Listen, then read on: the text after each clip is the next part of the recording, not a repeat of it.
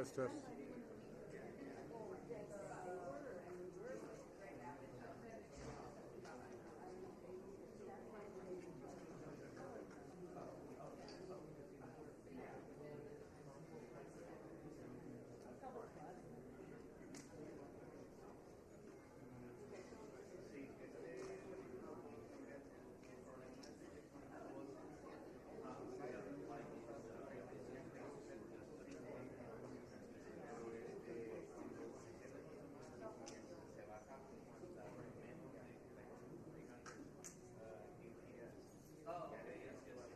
I'll stand in front of the door right now so you see me. Do you see me?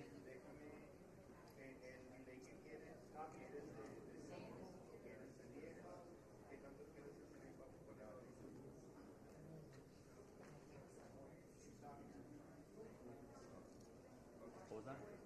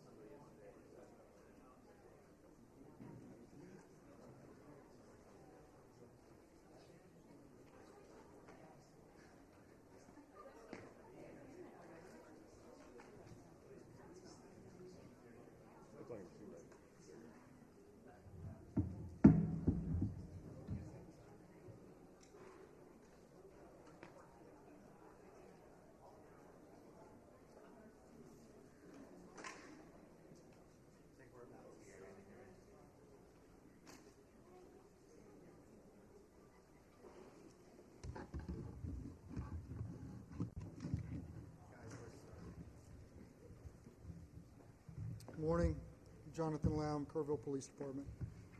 I appreciate y'all's kindness and letting me run a little long yesterday morning while I shared some of the stories of the heroic actions of my fellow City of Kerrville police officers during their response. I know those are things that our community has seen, and we felt it was important to share that with the public. This morning's briefing will be a little bit more to the point. The response here in Kerr County continues to expand as the mission becomes more technical.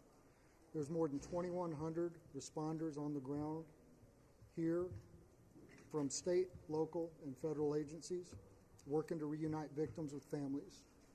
10 states have sent specially trained teams to our community, and 2 more states are en route. As I know many of you have reported, the governor, lieutenant governor, and the Speaker of the House are strongly committed to helping our community. And we're grateful that they're making our recovery a priority in the upcoming special legislative session. Our City of Kerrville and Kerr County leadership are committed to a transparent and full review of processes and protocols. The special session is going to be a starting point for that work, but our entire focus since day one has been on rescue and reunification, which leads me to our latest report. As of 8 a.m. this morning, there have been 96 confirmed deaths, 60 adults, and 36 children. The number of missing remains at 161, and there remain 5 campers and 1 counselor from Camp Mystic among the missing.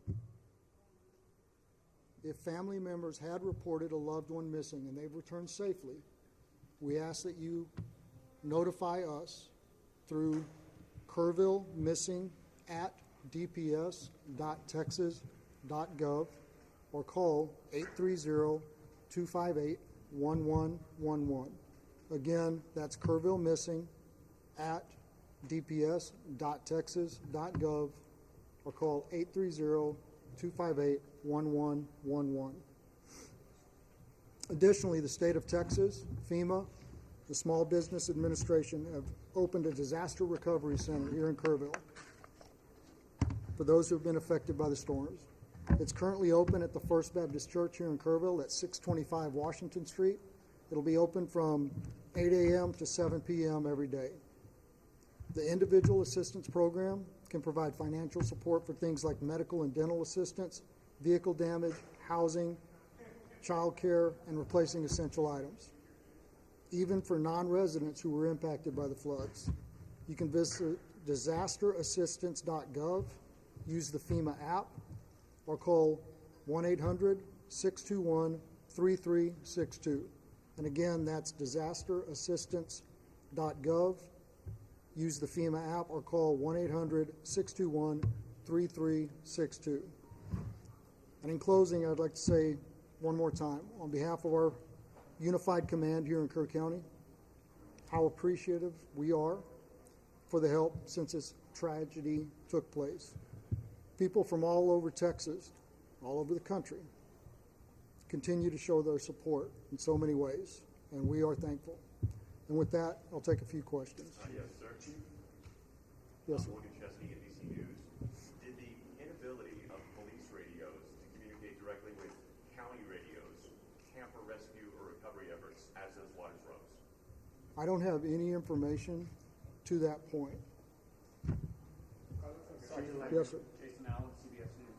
Given that you still have people who live in this area, what's different?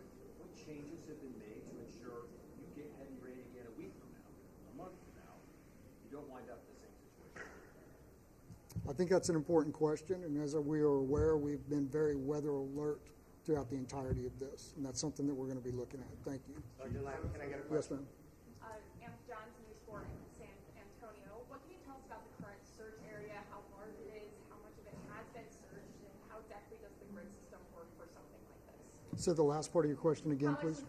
How does the grid system work for a disaster like this? Okay, so the grid system, I'm not a search and rescue recovery expert, so I don't want to speak out of turn, but it is a methodical search which ensures that every area in an area to be searched is recovered and searched, and that no stone is left unturned. Unfortunately, I don't have a exact number of how many miles of river that we've searched or how many people who have been out there. I just don't have that information for you, but I'm happy to follow up. Sir, Tammy? last question. This will be last question. Yes, are there messages that we as a collective media are not getting out there? For example, hindering some searches, what can we tell people who want to come up with big equipment to help search or remove debris? Hasn't that been a problem? I don't want to say it's been a problem because we're so grateful for the amount of people who want to come to this community to help. And we've had people from all over the state and all over the country volunteer their services and say, I have a front end loader, I have a boat, I have this. Groups and individuals. But it's important that we have certified professional search teams out there right now. We have compiled a database of volunteers who have made themselves available. And if and when that time comes that we are able to call upon them, we will be calling upon them. In the short term, I believe that all of our basic needs are being met, both through the federal and state response and the support that we've been getting, as well as this community rising up in a really unprecedented way to show their support for all of us here. Thank you very much. That's the end.